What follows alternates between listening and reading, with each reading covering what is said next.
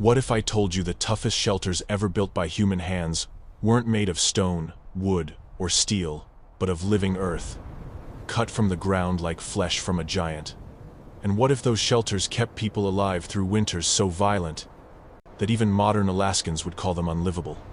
Today, we step inside the forgotten engineering of the North Atlantic Vikings, the people who learned to build houses so stormproof, so insulated, and so perfectly adapted to subarctic hell that many still stand after 1,000 years. But there's one secret behind these dwellings, a secret archaeologists are only now beginning to understand.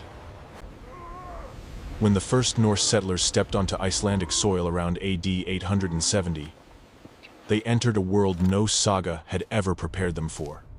Winds didn't simply blow here, they screamed, slashing across the open landscape with a force that could peel skin. Volcanic ash drifted through the air like a permanent storm, coating clothing, tools, and lungs. And winter swallowed daylight whole. Days collapsed into a kind of dim twilight, where even fire felt small. But the cruelest surprise came from what wasn't there. No forests. No timber stands. No towering trunks to carve into beams or walls or rafters, the very materials that defined the Viking architectural soul.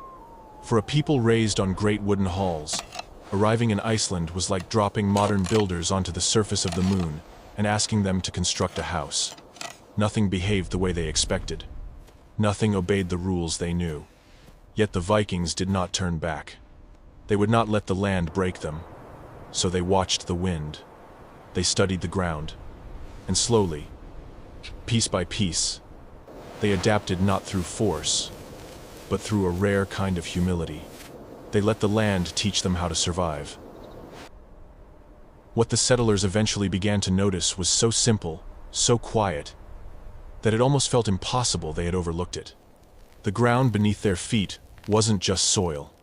It wasn't mud, or dirt, or waste earth. It was alive. Not poetically, but literally alive. A dense weave of roots, packed layers of organic matter, moisture locked between centuries of growth and decay. Icelandic turf was a natural composite, built slowly by cold winds and colder seasons. It flexed. It breathed. It held warmth like a living skin. To people desperate for shelter, it became a revelation. Archaeologists studying turf layers today discovered something astonishing. In certain conditions, these ancient earthen walls can insulate as well as modern fiberglass. And unlike wood, turf didn't rot quickly. It didn't warp in storms. It didn't vanish when a ship carrying timber didn't arrive on schedule.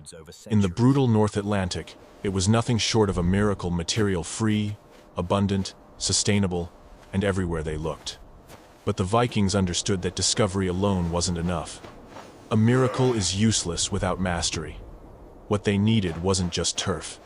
They needed engineering, a way to turn living earth into architecture strong enough to outlast storms, centuries, and time itself. Turf houses were not crude huts thrown together in desperation. They were deliberate, methodical, almost surgical works of engineering. Builders began by carving the earth with long-handled spades, tools designed to slice through soil the way a chef cuts through a massive loaf of bread. Each slice lifted from the ground became a block. Thick, dense, and heavy, shaped into what the Norse called torfveggir, turf bricks. These bricks weren't stacked randomly. They were arranged in interlocking patterns, often a herringbone weave, each angle chosen to distribute weight and prevent collapse. Layer after layer, the walls grew thicker. Some reached 6 feet across massive fortifications of living earth. Only after these walls stood firm did the builders introduce wood. But not in the way most people imagine Viking construction. Iceland had no forests to cut. No endless supply of timber waiting to be harvested. So, settlers turned to one of the strangest supply chains in human history, the Arctic driftwood system. Huge logs, torn from Siberian and North American coasts, rode ocean currents for thousands of miles before washing up on Iceland's shores. When the Vikings found them, it was like discovering treasure. Each log was precious, reserved only for what truly required wood beams, rafters, tools, and the skeleton of the home.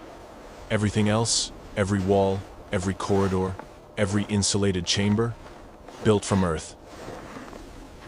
To survive Iceland's knife-sharp winds, the Vikings did something bold and counterintuitive. They built downward. Instead of rising above the land, their homes sank into it, half-submerged like ancient creatures burrowing for warmth. This half-subterranean design wasn't an aesthetic choice. It was survival engineering. By lowering the structure, they reduced the amount of wall exposed to the relentless North Atlantic storms. Winds that could peel roofs off wooden halls in Norway struggled to find anything to attack here. The earth itself became a shield. But wind protection was only the first advantage. The soil around the walls acted as a natural thermal battery, holding a steady temperature even as the outside world froze, thawed, and froze again. Instead of fighting the climate, the Vikings used the planet's own stability to their benefit. And there was more. A house wedged into the earth could not be torn away, no matter how violently a winter storm tried.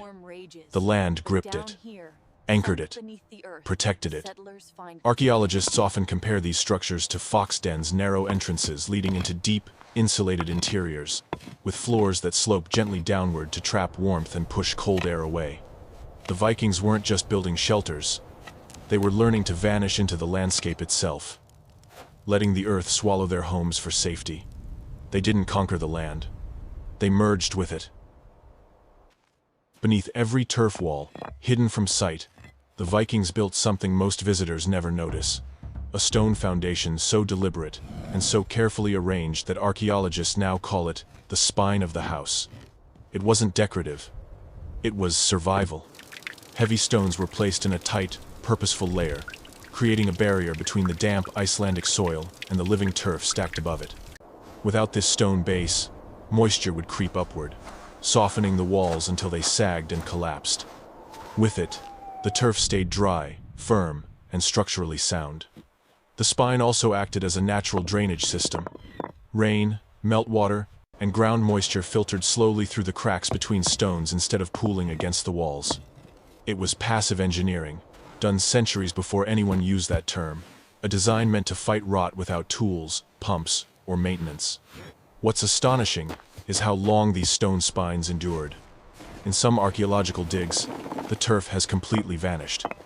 Yet the stones remain exactly where Viking hands placed them, still aligned, still forming the ghostly outline of homes built 1,000 years ago. It is the skeleton of a vanished architecture, a foundation designed not just to survive the climate the Vikings knew, but the volcanic winters, shifting soils, and unpredictable future they sensed was coming. This was not primitive building. This was engineering meant to outlast time. The most iconic part of a Viking turf house wasn't its walls. It was the roof, a curved, sloping mass of earth that looked less like something built and more like something grown. Builders started with a skeleton of wooden rafters, each piece precious, each log carefully chosen from the limited driftwood that washed ashore. They layered birch bark across the beams, a natural waterproof membrane used for centuries across the north. And then came the turf. Thick slabs of grass and soil were laid like overlapping shingles, each one heavy, damp, and alive. But the real transformation happened long after the builders left. The roof didn't simply sit there. It changed. Grass sprouted fresh each spring. Moss crept across the slopes like a slow-moving tide. Roots pushed downward into the rafters, knitting themselves into the structure until the house and the hill became one continuous organism. To an outsider approaching a farmstead, the buildings could seem invisible, just gentle rises in the landscape with a single wooden door breaking the illusion. It looked like the earth itself had opened a seam. But this wasn't camouflage. It wasn't a trick of style or a romantic choice. It was survival engineering at its highest form. A roof that insulated, protected, regenerated, and anchored the home against storms that could flatten almost anything else built in the North Atlantic. A living shield. A growing shelter. A rooftop that didn't just endure the landscape. It joined it. Inside these dark, insulated rooms, the hearth was more than a fire. It was the center of life, the single, unwavering pulse that kept an entire household alive through Icelandic winters. Viking homes were dim by design. Low ceilings pressed the heat downward. Windows were narrow slits, built small to keep out the storms. And from the fire pit, smoke drifted upward in heavy, slow-moving layers, curling along the rafters before finding any place to escape. People slept on raised wooden benches lining the walls, seats during the day, beds at night, their bodies arranged in tight proximity around the fire. Family members, visitors, hired workers, even travelers taken in during a storm. Everyone shared the same hall. In a land where the cold outside could crack bone and steal breath, the warmth inside these walls could feel like being reborn. Here, life compressed into a single glowing center. Meals were cooked. Stories were told. Tools were repaired. Arguments whispered. Children lulled to sleep by the rhythm of crackling flame. But the hearth brought more than comfort, it brought a second, quieter threat. The very design that trapped heat, trapped smoke as well. Ventilation was a constant battle. Opening a vent during a storm risked extinguishing the fire or letting in drifting snow. Closing it meant long hours of breathing smoke that stung the eyes and scratched the lungs. Inside these homes, warmth and danger lived side by side. The fire gave life, but surviving it was its own test. Turf houses excelled at holding warmth better than almost any early structure in the North Atlantic. But the same insulation that protected families from lethal cold created another danger, one far quieter and far harder to escape. Smoke. During the worst winter storms, opening a vent was an act of risk. A single gust could snuff out the fire, plunging the home into freezing darkness. Another gust could send snow drifting straight inside, coating floors, bedding, and food stores in minutes. So families kept the vents closed. Hours turned into days. Days into months. And over time, the air inside these homes thickened. Not with choking smoke, but with a low, constant haze, the kind that burns the eyes slowly, irritates the throat, and settles into the lungs with every breath. Archaeologists today see the proof. Interior beams from excavated longhouses are soaked in soot, darkened by years of trapped smoke, and skeletal remains from Viking-age Icelanders show markers that may point to chronic respiratory stress, a physical signature of generations living in homes that warmed and suffocated them in the same breath. The turf houses kept them alive. They shielded them from storms that could kill within minutes. They held heat when the outside world felt like a frozen void. But survival always comes with a price. And for these early settlers, the cost was measured not in battles or winters, but in every breath drawn inside those living, smoking walls. A Viking turf homestead was never just a single building. It was an entire ecosystem, a cluster of rooms, halls, and workspaces woven together like organs in a living body. At the center stood the longhouse, the warm communal heart where families slept, talked, and survived the winter. Nearby lay the dairy room, chilled by design, lined with wooden tubs and stone shelves for storing milk, butter, and skyr. A pantry held dried fish, smoked lamb, and precious grains. Animal stalls were built close enough that the heat of livestock, sheep, goats, and sometimes cattle, helped warm the surrounding rooms. There were weaving rooms where women spun wool into thread. Tool rooms where iron and driftwood were shaped into the implements of daily survival, and small guest chambers reserved for winter travelers who might die if turned away. These spaces were connected by enclosed passages, or built so tightly together that even in a whiteout blizzard, a person could move from one building to the next without losing their way or freezing mid-step. In a land where the weather could erase pathways within minutes, this design wasn't convenience, it was life or death. Every farm became a miniature world, a self-contained civilization, hidden beneath layers of grass, snow, and volcanic ash. A place where dozens of tasks, roles, and rhythms played out under one interconnected roof system. And yet, for all their complexity, these homes shared a strange uniformity. From the outside, they all resembled low, grassy mounds with wooden doors nearly indistinguishable from one another. 1,000 years ago, entire communities could disappear into the landscape and look almost exactly the same. In Scandinavia, the wealthy jarls announced their status through architecture. Towering wooden halls, carved beams, imported timber, and bright painted gables, their power was visible long before they ever spoke. But in Iceland, that system collapsed the moment people arrived. Here, everyone lived beneath turf. Chieftains, farmers, craftsmen, warriors all sheltered under the same low, grass-covered mounds. From a distance, their homes were nearly indistinguishable. a doorway in the earth, a sloping roof of living green, and walls built from the same handfuls of soil. Inside, differences existed. A prosperous household owned more livestock, more tools, more land. But from the outside, the angle the landscape showed to the world, hierarchy flattened. The storm did not care who you were. The wind made no room for pride. The cold erased the visual markers of wealth. Under turf roofs, everyone looked equal. In death, social class re-emerged. Burials were rich with symbols: swords, beads, carved stones, imported luxury goods. But in life, the environment forced a kind of equality that no king, council, or law code had ever achieved. Some historians argue this quiet architectural shift changed Icelandic society more than any saga admits.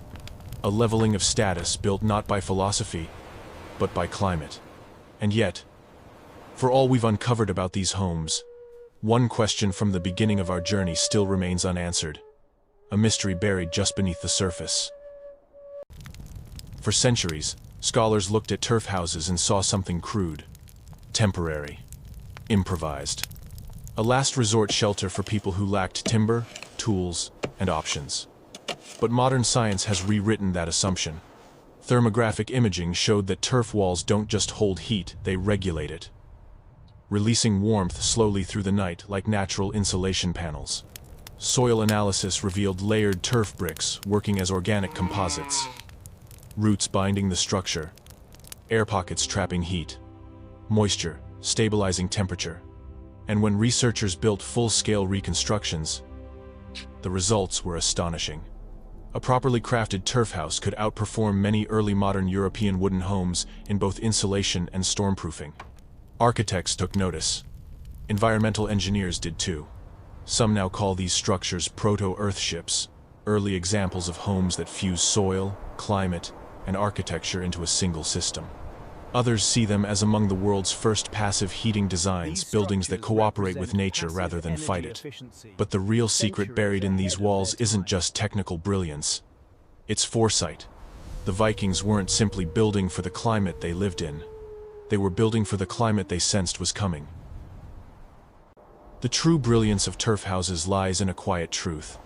They were not built for the climate the Vikings lived in. They were built for the climate that was coming. By the late 1100s, the North Atlantic was already drifting toward what we now call the Little Ice Age, a long, grinding period of colder winters, violent storms, and shortened growing seasons. Yet centuries before the cold fully arrived, Icelandic settlers were constructing homes that seemed almost prophetic in their design. Deeply insulated, storm-resistant, half buried in the earth like animals bracing for a harder world. How did they know? Were they guided by ancestral memory from Arctic Norway, where generations had learned to read the wind and soil like scripture? Did they sense subtle changes in the land, a shift in the ice, a tightening of the seasons that modern people would overlook? Or was it simply the oldest instinct our species possesses? The ability to survive by preparing for conditions harsher than the present. Whatever the reason, one truth endures. These were not just houses. They were predictions, structures carved from earth to outlast storms that had not yet arrived, built to endure a future no one had witnessed. And astonishingly, many of them did. The Vikings who settled Iceland weren't just warriors or explorers. They were engineers reading climate, soil, wind, and survival the way others read scripture. Their turf houses remind us of something we often forget. Humanity's oldest strength is not conquest. It is adaptation. When the world changes, whether by fire, ice, or time, it is always the people who listen to the land who last the longest. If you want to continue exploring how ancient humans built, lived, and endured in ways we've only begun to understand, join us here on Prehistoric Shadows, where the past is not dead. It's only buried waiting for us to uncover it.